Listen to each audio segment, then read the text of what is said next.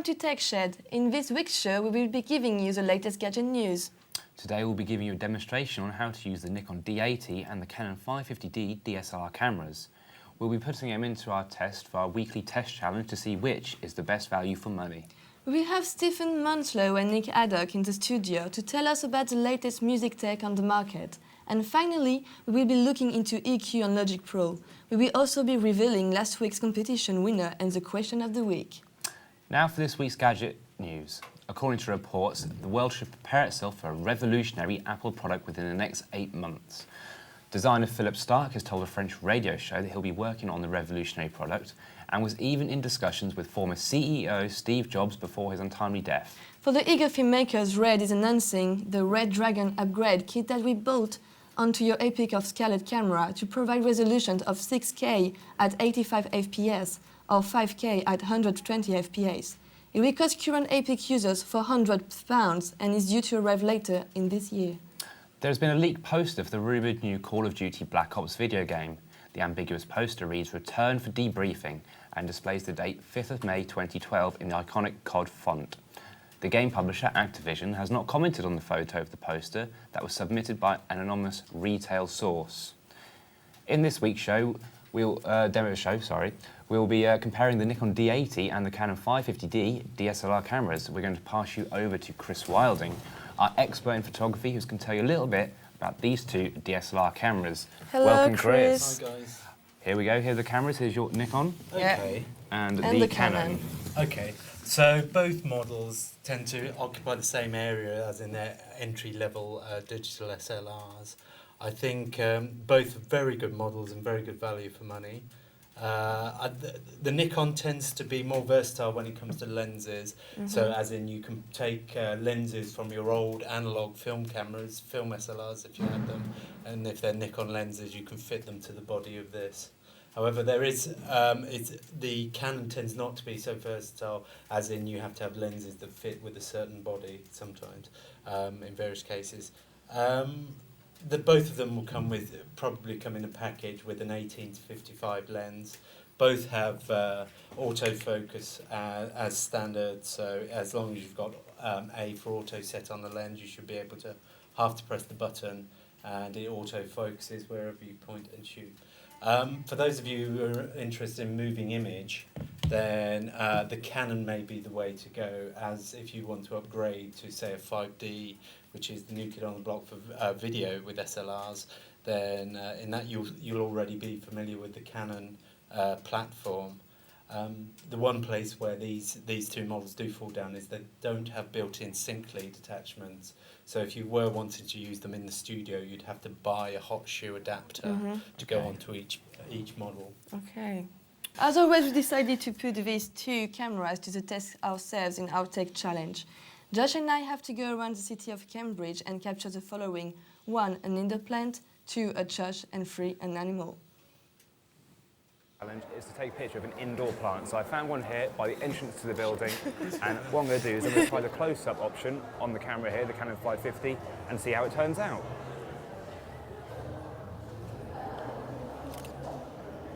I think I found a plant, but the thing is, like, Josh is already there, and I think it's the only plant in the hole, so I don't know what to do. Let's go there. Hi, Josh. Oh, what are you doing here? I'm sorry, it's the only one. Oh, but I found this place first. You can't come in and take my... Still, it's the only one. Okay, so now Josh is gone, so I can take my pictures. The first thing I really like on this camera is, like, it's not heavy at all. Like, really, you can take picture quite easily. I'm outside. The weather's not very good. In fact, there's a lot more lights off to turn the flash off. The church, it's very big, so I don't need to worry about close-ups on here. What I am finding is it's very difficult to get a wide enough shot at the moment, and I can't really get far enough back to actually capture the whole of the church. One letdown appears to be that the lens isn't wide enough that comes with the camera itself, but that's a problem that can be easily rectified with a new lens. Beautiful. Okay, there's no church actually, but there is a cemetery, so I can try to take some pictures of the graves and maybe, I don't know, it work, I don't know. We can try.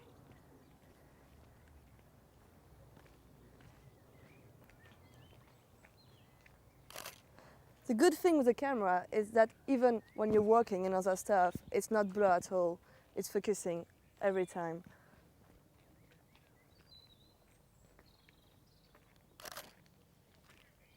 This is clearly the wrong weather to be taking pictures of animals, but hold on a sec, we found a dog. Excuse me, do you mind if I just take a quick picture of the dog? I'm having a little challenge trying to take a picture of an animal, which is the wrong weather to be in. Yeah. Yep. Thank you very much. Keep her on the lead though, she might run away. That's all right. Sit down. Yes, please. Oh, she's beautiful. Sit, Tilly. Sit. Stay. I found a bird. I found a bird. No! No, come back. Oh, for God's sake. Oh, shh. Don't move. Don't move. Don't move. No, don't move. Get it. I got it! Well, that was fun. So tell us, Chris, who is the winner? Well, that's a really tricky one. I think you both produced some really good work there, and you obviously went out and found exactly what you needed to find. But I think I'm going to have to give it to the portrait of the dog, who just really fair went enough. the extra mile to get the shot. Well done, Josh. Well, both these cameras are going to be given away at the end of the show, so keep watching for your chance to win them. Now moving on, we have two guests on studying creative music technology and the other budding musician. Stephen and Nick are going to tell you about themselves, the industry and the equipment you may want to use if you are interested in music technology or want to begin your career as a musician. Hey So, guys. welcome, guys. Welcome. Hi. Would you like to introduce yourselves? I'm Stephen. And I'm Nick. And respectively, what do you do as a... I study music technology. And I'm just really an independent artist. Brilliant. So guys, how is music technology different to writing music? Music technology involves the use of computers to enhance the creative process, both in recording studio and live performance. Nick, what do you think? Basically, basically writing takes a lot more time consumption, like a lot more creative, like influx and whatnot. And basically, whereas like technology just seems to be like a more easier way of creating the tunes, where it's not that simple all the time. And what would you two say is the best thing about music technology? Stephen, you first. I would just probably say that it's cheap and easily accessible to people. The barrier of entry is lower, so anyone can go out and be creative. Yeah, I pretty much agree with that. It's a lot more easier to get a hold of like any sort of music technology these days, whereas like it would cost a lot more to just get the more traditional stuff, like 20 grand for a piano or something like that, but it's cheaper. Yeah, so how can you be creative with music technology? You can use any sound you can get hold of. You can mix it in whatever style, and then you can then go out and perform it. In using controllers, for example, like these to perform live. Yeah, pretty much. Yeah, just pretty much just like lots of easier ways about it. I can't really quite describe. Well, let's move on to something a bit more interesting. Not saying you weren't, but I see you've brought some equipment with us today. Nick, do you want to give us a little sample of your music technology which you've bought? Yeah, it's the basic Yamaha keyboard, but I'll play a basic tune which a lot of piano lovers will know, because you probably learn it when you start learning piano. Brilliant. And let's dim the lights. Wow, it's all on me now.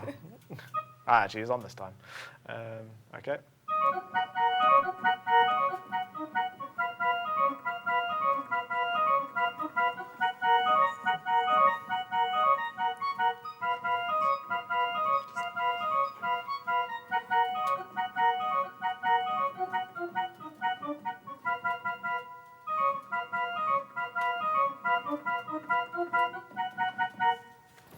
Brilliant. Thank you, Nick. That was fantastic. And Stephen, what have you got with us? I've just brought some MIDI controllers with me. This is called the Korg Nano Control 2. So this you can control various music software with. And I also brought along a grid controller. This is a homemade one for triggering different musical stuff with software again. If you wanted to sort of, this is a homemade one, so you can't buy this one. But if you wanted to buy one, you could buy something called a Novation Launchpad. And where you can find it? I would probably go online for the cheapest option. Yeah. I would say about 150 quid. To get one of those. Okay. Wow, that's pretty impressive. And did you build this yourself? Is it? I built this one. Yeah. And what are you doing at university? Shouldn't you be teaching? Maybe one day, yeah. No, I do music tech, but it's sort of led me on to various other technologically based sort of stuff. So my job at the minute isn't really necessarily to do with music tech, but it has led me there, if you see what I mean. That's awesome stuff, actually. Yeah. I'm quite impressed by it. Looks really, really Yeah. interesting. But Nick, how do you think? Do you think you can use this as well? I probably could never use that. It just You looks prefer Yeah, it looks way okay. too complicated. All right then. Well, awesome stuff. You heard it here first from the guy you know. You can take a look at the website on www.techshed.tv for more info on the information or to buy the equipment at a cheaper price than most UK stores. I just had much cheaper. Or you could wait till the end of the show where we will be giving you the chance to win this equipment, as well as everything else you see in the show. Now, slightly moving on to our computer software section of the show, we have a professional from the industry who's going to show you one or two things from their specialist software section. And here we have the equalizer, and as I was saying, from treble all the way to bass. So let's listen to my voice. I'll put it on loop.